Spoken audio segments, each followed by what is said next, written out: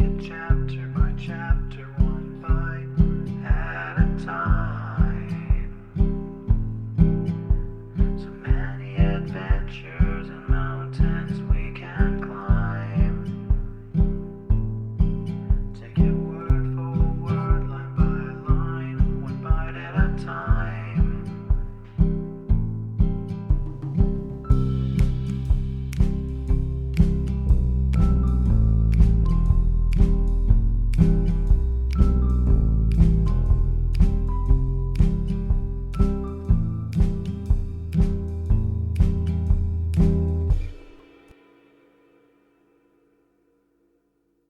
Welcome to Bite at a Time Books, where we read you your favorite classics one bite at a time. My name is Bree Carlile, and I love to read, and wanted to share my passion with listeners like you. If you want to know what's coming next and vote on upcoming books, sign up for our newsletter at biteatatimebooks.com. You'll also find our new t-shirts in the shop, including podcast shirts and quote shirts from your favorite classic novels. Be sure to follow my show on your favorite podcast platform so you get all the new episodes. You can find most of our links in the show notes. But also our website, biteatatimebooks.com, includes all of the links for our show, including to our Patreon to support the show, and YouTube, where we have special behind the narration of the episodes. We're part of the Bite at a Time Books Productions Network. If you'd also like to hear what inspired your favorite classic authors to write their novels, and what was going on in the world at the time, check out the Bite at a Time Books Behind the Story podcast, wherever you listen to podcasts. Please note, while we try to keep the text as close to the original as possible, some words have been changed to honor the marginalized communities who've identified the words as harmful, and to stay in alignment with Bite at a Time Books' brand values. Today we'll be continuing Great Expectations by Charles Dickens. Chapter 16. With my head full of George Barnwell, I was at first disposed to believe that I must have had some hand in the attack upon my sister, or at all events that as her near relation, popularly known to be under obligations to her, I was a more legitimate object of suspicion than anyone else. But when in the clearer light of next morning I began to reconsider the matter and to hear it discussed around me on all sides, I took another view of the case, which was more reasonable.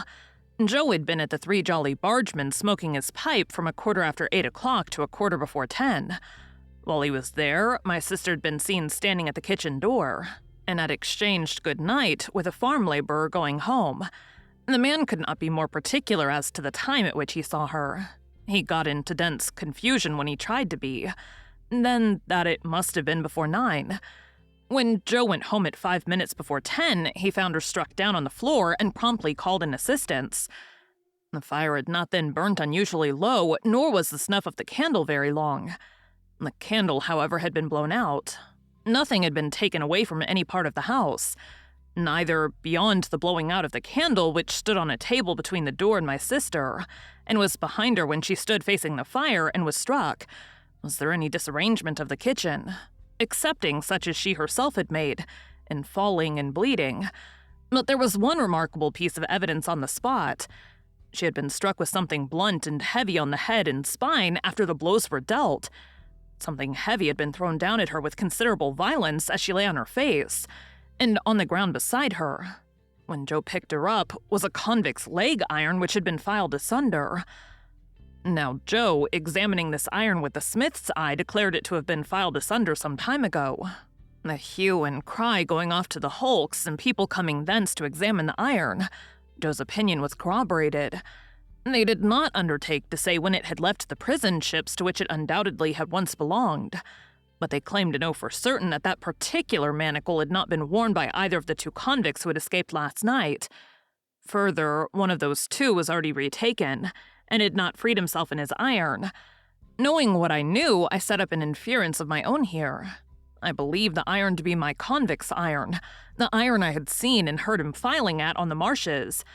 But my mind did not accuse him of having put it to its latest use, for I believed one of two other persons to have become possessed of it, and to have turned it to this cruel account, either Orlick, or the strange man who had shown me the file.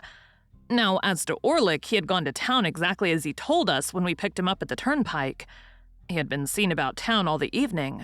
He had been in divers companies in several public houses, and he had come back with myself and Mr. Wopsle. There was nothing against him save the quarrel. And my sister had quarreled with him, and with everybody else about her 10,000 times.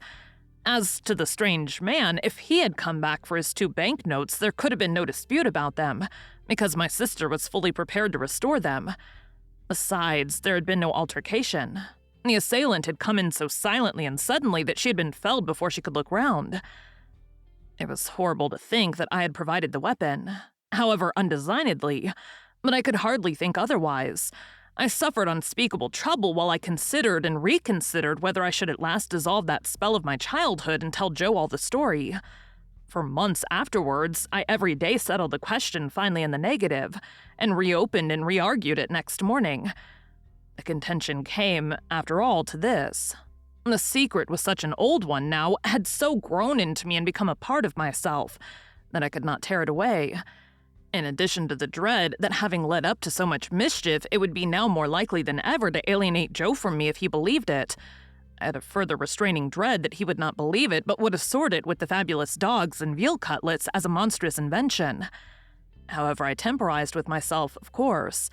For was I not wavering between right and wrong when the thing is always done, and resolved to make a full disclosure if I should see any such new occasion as a new chance of helping in the discovery of the assailant?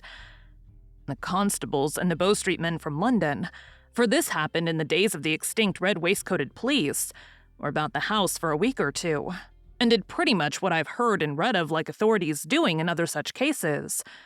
They took up several obviously wrong people, and they ran their heads very hard against wrong ideas and persisted in trying to fit the circumstances to the ideas, instead of trying to extract ideas from the circumstances. Also, they stood about the door of the Jolly Bargemen, with knowing and reserved looks that filled the whole neighborhood with admiration, and they had a mysterious manner of taking their drink that was almost as good as taking the culprit. But not quite, for they never did it. Long after these constitutional powers had dispersed, my sister lay very ill in bed. Her sight was disturbed, so that she saw objects multiplied and grasped at visionary teacups and wine glasses instead of the realities. Her hearing was greatly impaired. Her memory also, and her speech was unintelligible. When at last she came round so far as to be helped downstairs, it was still necessary to keep my slate always by her, that she might indicate in writing what she could not indicate in speech. As she was very bad handwriting apart, a more than indifferent speller, and as Joe was a more than indifferent reader, extraordinary complications arose between them which I was always called in to solve. The administration of mutton instead of medicine, the substitution of tea for Joe, and the baker for bacon were among the mildest of my own mistakes. However, her temper was greatly improved, and she was patient. A tremulous uncertainty of the action of all her limbs soon became a part of her regular state, and afterwards, at intervals of 2 or 3 months, she would often put her hands to her head and would then remain for about a week at a time in some gloomy aberration of mind. We were at a loss to find a suitable attendant for her, until a circumstance happened conveniently to relieve us. Mr. Wopsle's great-aunt conquered a confirmed habit of living into which she had fallen, and Biddy became a part of our establishment. It may have been about a month after my sister's reappearance in the kitchen when Biddy came to us with a small speckled box containing the whole of her worldly effects, and became a blessing to the household. Above all, she was a blessing to Joe, for the dear old fellow was sadly cut up by the constant contemplation of the wreck of his wife, and had been accustomed, while attending on her of an evening, to turn to me every now and then and say, with his blue eyes moistened, "Such a fine figure of a woman as she once were, Pip."